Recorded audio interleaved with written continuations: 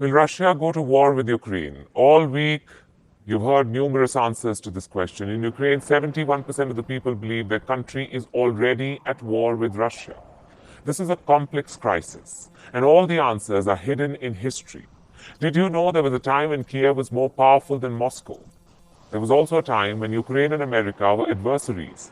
Tonight, we'll bring you all these stories. We will tell you why Russian President Vladimir Putin is obsessed with Ukraine. I'm Palki Sharma Upadhyay, and this is Gravitas Plus. We begin in the 9th century. There was a state called Kievan Rus. This is where it was located. The Slavic people lived here. The city of Kiev was their capital. Between 980 and 1015, the Kievan Rus was ruled by Grand Prince Volodymyr.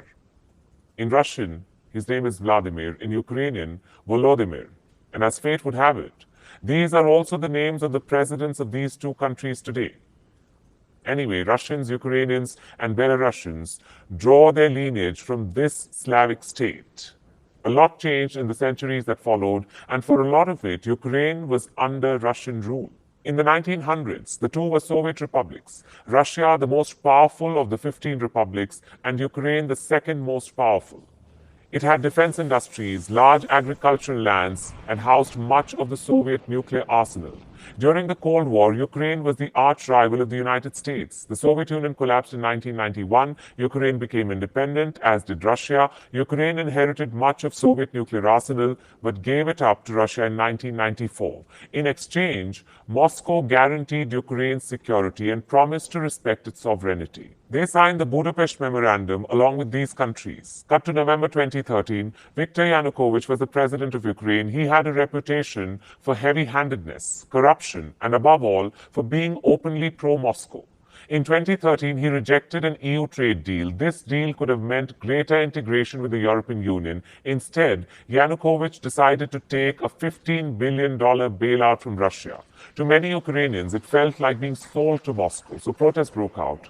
They were called Euromaidan. Euro because these protests were about Europe, and Maidan because they happened in Kiev's Maidan, what we today know as the Independence Square. Here, protesters chanted, "Sign the EU deal, Yanukovych must step down." Russia supported the president, the West supported the protesters. In February 2014, Yanukovych's government was toppled, the president was driven out of Ukraine, he fled to Russia.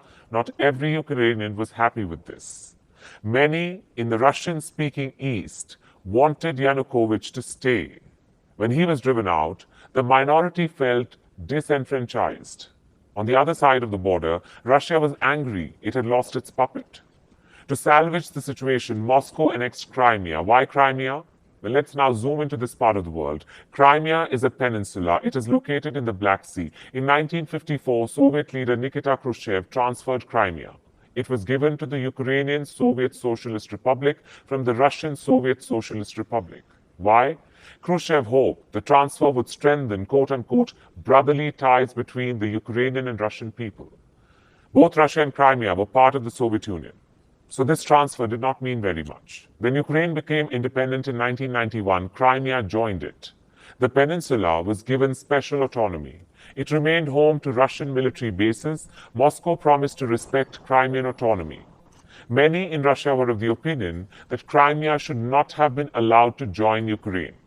In 2014, when Yanukovych was ousted from power in Ukraine, Russian military began seizing government buildings in Crimea. Soon the entire peninsula was under military occupation. A referendum followed. On the 16th of March 2014, Crimeans voted to become a part of Russia. Was this vote legitimate? Well, it depends on who you ask. For Putin, this was Crimea's liberation. For the rest of the world, this was Crimea's annexation. The focus then shifted to eastern Ukraine, where Russia-backed separatists had seized territory. Ukrainian forces did not launch an all-out offensive at first, but on the 17th of July 2014, when a flight carrying 298 people was shot down by these rebels, Ukrainian forces decided to flush out the rebels. The separatists began losing ground, so the Russian army stepped in. They invaded eastern Ukraine and fought alongside the rebels. What followed was a series of talks between Russia, Ukraine, and the West. They resulted in the Minsk Accords. This was first signed in 2014. Both sides agreed on ceasefire and military withdrawal. Ukraine agreed to hold elections in the rebel-held areas. 8 years on, the Minsk Accords remain unimplemented. Ukraine stands as the largest European country excluding Russia. It covers an area of more than 600,000 square kilometers with a population of 44 million and a GDP of more than $155 billion. Per capita income, more than $3,700. Today, Ukraine is divided between East and West in more ways than one. The West sees itself as more European. The East is closer to Russia, be it in terms of geography or sentiment. In the West, most Ukrainians speak Ukrainian. In the East, a third are native Russians. In the West, Russia is looked at with suspicion. In the East, Russia is looked at through the lens of shared history and heritage. Ukraine also remains at war. Its forces are fighting the rebels in the east. Rebel leaders are ruling at least two regions, Donetsk and Luhansk. Together, they're known as the Donbas region. Russia has once again sent its troops. This time, they're stationed right at the border. What does Vladimir Putin want? For NATO to stop expanding. NATO stands for North Atlantic Treaty Organization. It's a military alliance. These countries are the founding members of NATO. These countries joined it during the Cold War, and these countries joined after it. Ukraine wants to join NATO too, but Putin wants NATO to exclude Ukraine and every former Soviet state. And this is just half the story. Like I said, a lot is hidden in history. For starters, there is domestic politics. When Putin annexed Crimea, his approval rating skyrocketed. Keeping the nationalistic drum rolling helps the Russian president. Annexing parts of Ukraine also helps Putin restore Russia's superpower image. Again, back to history. Many Russians view Ukraine's independence as a mistake. It is true that Ukraine was ruled by Russia. In fact, Ukraine has barely remained independent pre-1991. There was a brief period before World War I, and then another stint in 1600. For the rest of its modern history, Ukraine was under Russia. 1 in 6 Ukrainians is an ethnic Russian. 1 in 3 speaks Russian as a native language. So Putin is right when he says historically they were one. But claiming Ukraine on the basis of colonial history is wrong. It will be like Britain claiming India, or South Africa, or Spain claiming the Philippines. Past imperialism cannot justify present-day expansionism. Here's what else history tells us. Ukraine was forcefully Russified. Cut to 1700, Russian leader Catherine the Great started Russifying Ukraine. Ethnic Russians were shipped to this part of the world. Schools were told to teach Russian language. By 1800, the Ukrainian language was banned. In 1930s, Soviet leader Joseph Stalin steered a famine in Ukraine.